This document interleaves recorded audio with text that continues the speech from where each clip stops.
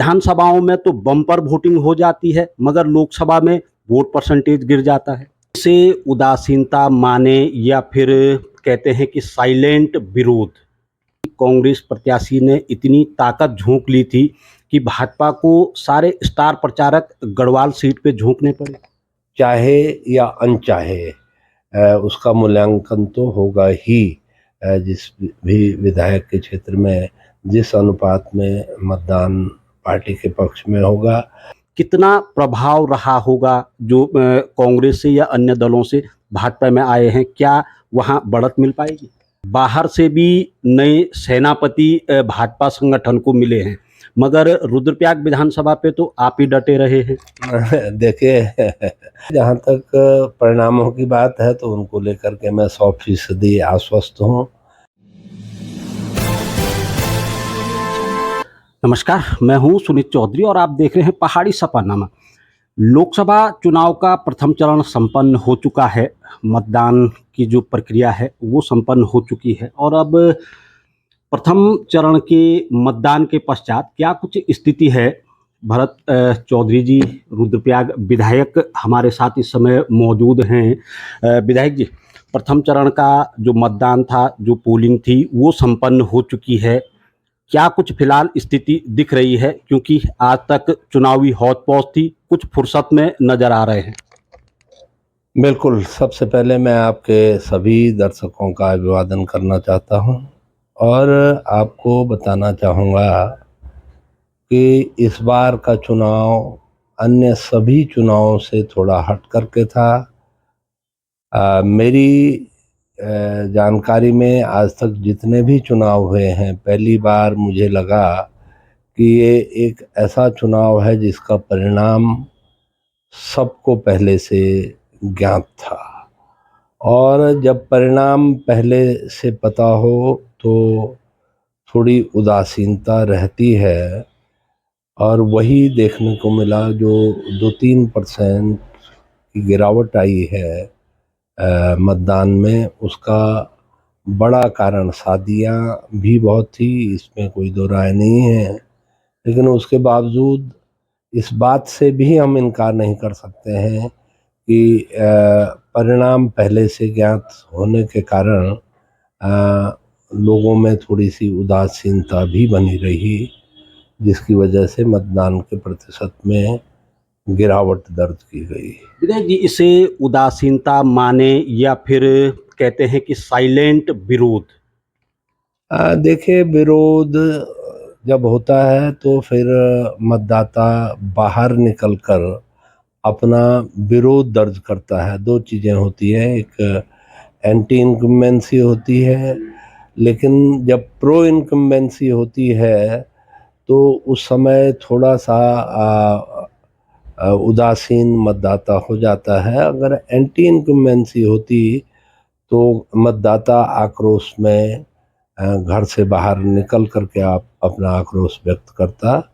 तो इस तरह की कोई एंटी इनकम्बेंसी तो थी नहीं कई क्षेत्रों में। तो मैं समझता हूँ कि लगभग एक तरफा ये चुनाव हुआ है। विधायक जी, आपको नहीं लगता है, क्योंकि इस बार का जो लोकसभा चुनाव हुआ है, प्रत्येक जो लोकसभा क्षेत्र थे उन पे सिर्फ और सिर्फ एक ही चेहरा घूमता रहा और वो है मोदी का चेहरा। उसी नाम को लेकर के तमाम चुनाव भाजपा ने लड़ा है।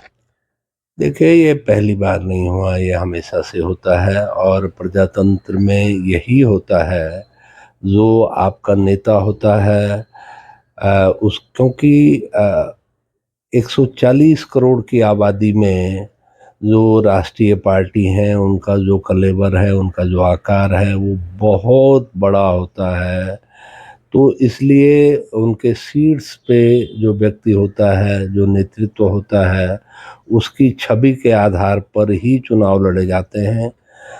आपने देखा होगा कि देश में शुरुआती दौरों में शुरुआती दौर के जो चुनाव हुए 52, 57, 62 के, गांधी जी राजनीति में कभी भी नहीं रहे, चुनावी राजनीति में कभी भी नहीं रहे, लेकिन उसके बावजूद भी कांग्रेस लंबे अरसे तक गांधी जी का नाम भुनाती रही, उनके नाम पे चुनाव लड़ती रही, जवाहरलाल नेहरू के नाम पे चुनाव लड़े गए, इंदिरा के नाम पे तो यहाँ तक कांग्रेस ने हद कर दी थी कि India is Indira and Indira is India तक का स्लोगन लगा।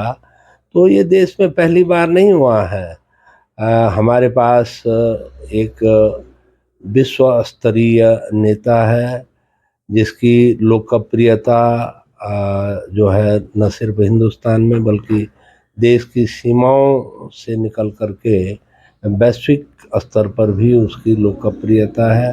तो कौन पार्टी होगी जो नहीं चाहेगी कि वो अपने नेता की लोकप्रियता को भुनाए। हाँ, ये ज़रूर है कि जो प्रत्याशी हैं अगर मैं गढ़वाल सीट की ही बात करूं तो जो हमारे अनिल बलूनी थे वो एक योग्य प्रत्याशी थे। उन्होंने अपनी योग्यता, आज आप देख रहे हैं कि इतनी बड़ी पार्टी के वो राष्ट्रीय मीडिया प्रभारी हैं, तो आप समझ सकते हैं कि पार्टी में उनका क्या कद होगा और क्या उनका कंट्रीब्यूशन होगा।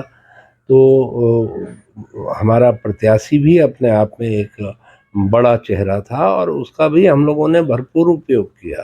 देखिए, अगर भाजपा संगठन की माने तो इस बार जो विधायक हैं भाजपा की, उनका रिपोर्ट कार्ड इलेक्शन के दौरान देखा जाना है, ये कुछ संगठन की चर्चाएं हैं और पूरा दायित्व भी स्थानीय विधायकों को दिया गया है। उसके बावजूद भी विधानसभाओं में तो बम्पर वोटिंग हो जाती है, मगर लोकसभा में वोट परसेंटेज गिर जाता है। देखिए, विधानसभा के चुनावों की जहाँ तक टर्नआउट का प्रश्न है, 12-12, 14-14 प्रत्याशी जो हैं वो विधानसभा में होते हैं और वो अमूमन उनमें से सभी जो है वो स्थानीय व्यक्ति होते हैं।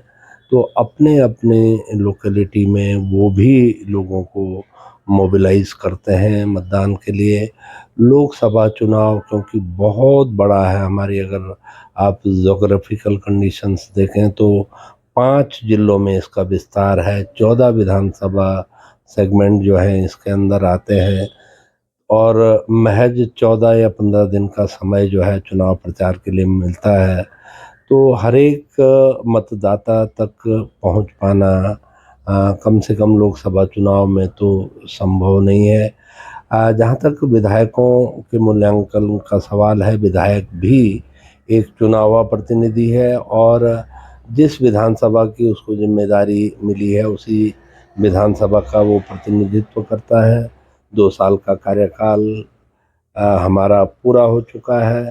तो कोई भी राजनीतिक दल अपने विधायकों से ये अपेक्षा रखता है कि उसने इन 2 सालों में अपने क्षेत्र में जो काम किए हों उसको भी आधार बना करके और उस जो मतदान होगा निश्चित रूप से चाहे या अनचाहे उसका मूल्यांकन तो होगा ही।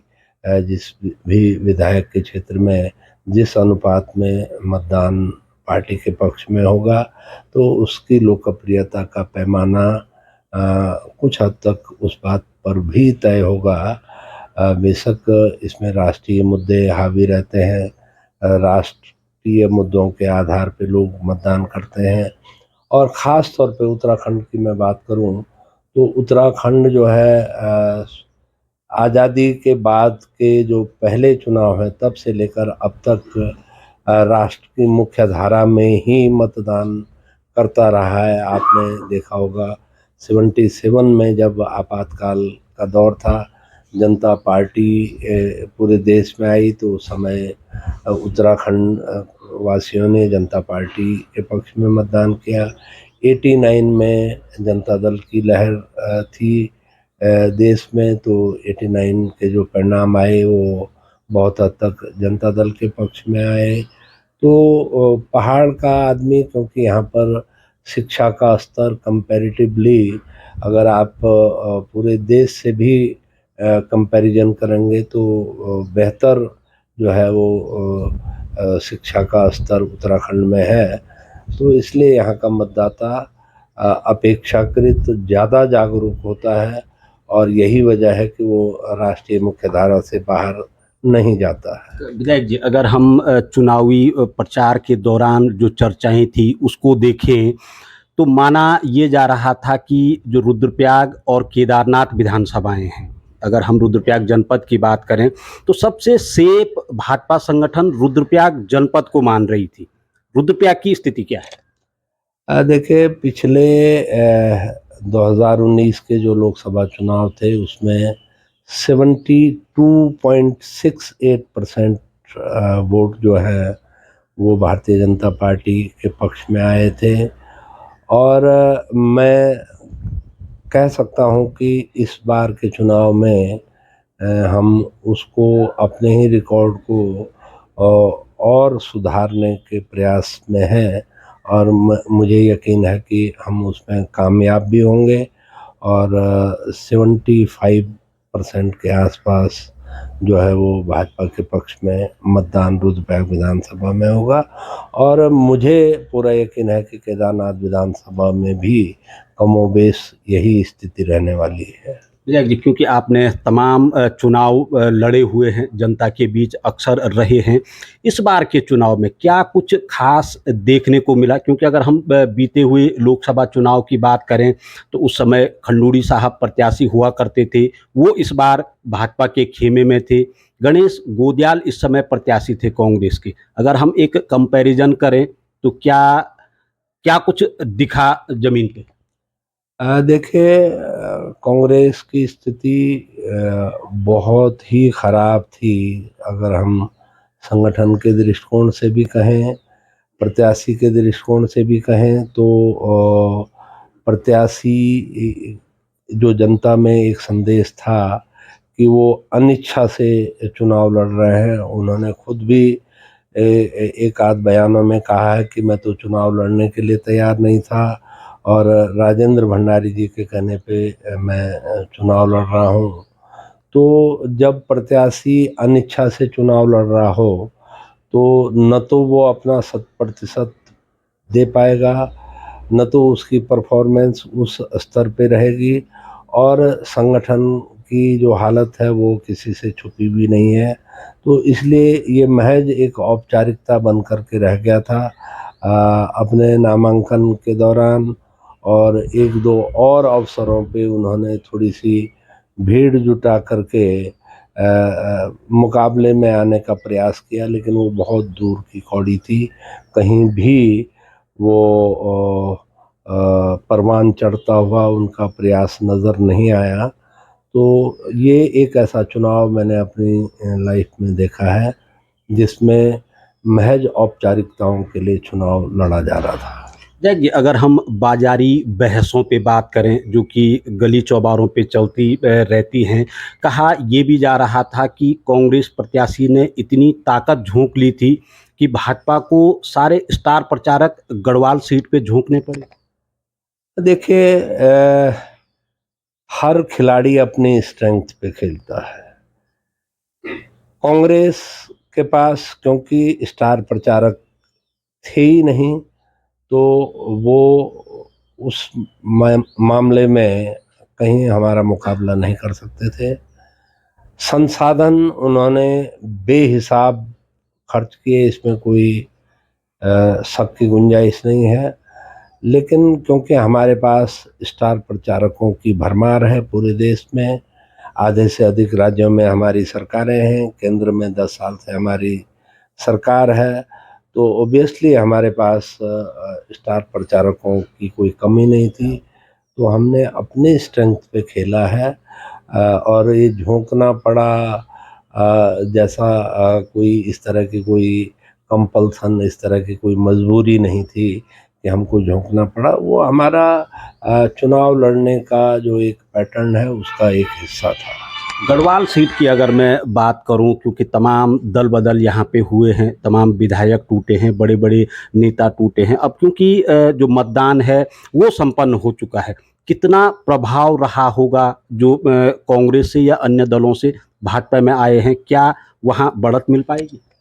देखिए, राजनीति में या समाज सामाजिक जो विषय हैं इनमें कोई बैरोमीटर नहीं होता है प्रभाव को नापने का, लेकिन जिस तरह से लोग भाग भाग करके आए, एक मैसेज गया कि डूबते हुए जहाज़ की सवारी कोई भी करना नहीं चाहता है, तो निश्चित रूप से उसका फ़र्क पड़ा है। जनता ने समझा है इस बात को कि अगर कांग्रेस से लोग भाग भाग करके भाजपा में आ रहे हैं, तो इसका मतलब है कि कांग्रेस कहीं नहीं है।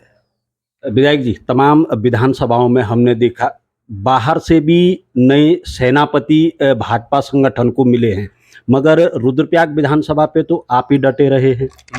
देखिए ऐसा नहीं है, यहाँ पर भी आपने देखा होगा कि 2017 में जो कांग्रेस प्रत्याशी यहाँ पे थी सुश्री लक्ष्मी राणा, उन्होंने भी अपना समर्थन जो है वो आखिरी क्षणों में ही सही भाजपा प्रत्याशी को दिया है। और ये मेरी खुशकिस्मती है कि पार्टी ने मुझे इस लायक समझा कि यहाँ पर इस तरह की भीड़ जुटाने की आवश्यकता उनको महसूस नहीं हुई, और मैंने भी पूरी तरह से प्रयास किया कि पार्टी की आशा और अपेक्षाओं पे मैं खरा उतरने का प्रयास करूँ। फिलहाल क्या हम नतीजों को मान सकते हैं? हालांकि वोट परसेंट कम है, आपने तमाम बातों पे चर्चा की है, बावजूद उसके मैंने पहले ही एक सवाल किया था कि भाजपा संगठन की अगर माने तो पौड़ी जनपद और चमोली जनपद से ज़्यादा सीओर अगर माना जा रहा है तो रुद्रप्रयाग को माना जा रहा है। कितना फीसदी